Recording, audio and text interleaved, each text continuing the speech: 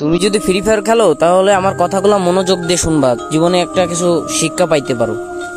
একদিন ফ্রি ফায়ারে আমি একটা মেয়ের সাথে অ্যাড হই এবং মেয়েটাও আমার সাথে অ্যাড হয় এবং তার সাথে অনেক দিন মানে 2-3 মাস প্রায় গেম প্লে করছি এবং সেও আমার সাথে গেম প্লে করছে। হঠাৎ একদিন আমারে বলতেছে যে তোমার নাম্বারটা দাও, এবং আমার নাম্বারটা আমি তারে দিয়ে দিছি।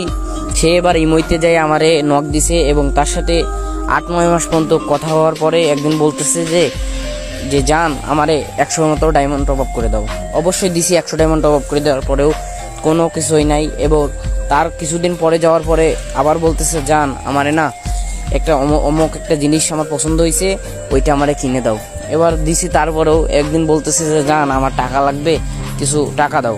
এবার তারে আমি 1000 টাকা দিছি। দেওয়ার পরে এবং ইমোতে অনেক দিন কথা বলার পরেও আমরা গেমেও প্রত্যেক দিন নিয়মিত গেম খেলতাম, গ্রুপে অনেক আড্ডা দিতাম। এবং একদিন বলতেছে যে জান আমার আর রিলেশনটা রাখা হবে না। আমি বলতেছি কেন? জান বলতেছে যে আমার বাসা থেকে ফ্যামিলি থেকে অনেক চাপ দিতেছে। তা আমি বলতেছি চাপ দিতেছে তাহলে কি করব? তো বলতেছে যে জান আজকে থেকে তোমার সাথে আর কথা হবে না, তোমারে ব্লক মেরে দিলাম। ভাইয়া আমি একটা কথাই বলতে চাই, তোমরা কখনো ফ্রি ফায়ার গেমে কখনো কোনো মেয়ের প্রেমে পড়বা না, কিংবা কখনো কাউরে ডুও পার্টনার বানাবা না। আমি তোমাদের এই কথাটাই বলতে চাই। আর ভিডিওটা কপি লিঙ্ক করে দাও যেন সব ফ্রি ফায়ার প্লেয়াররা যেন শুনতে পারে ভিডিওটা।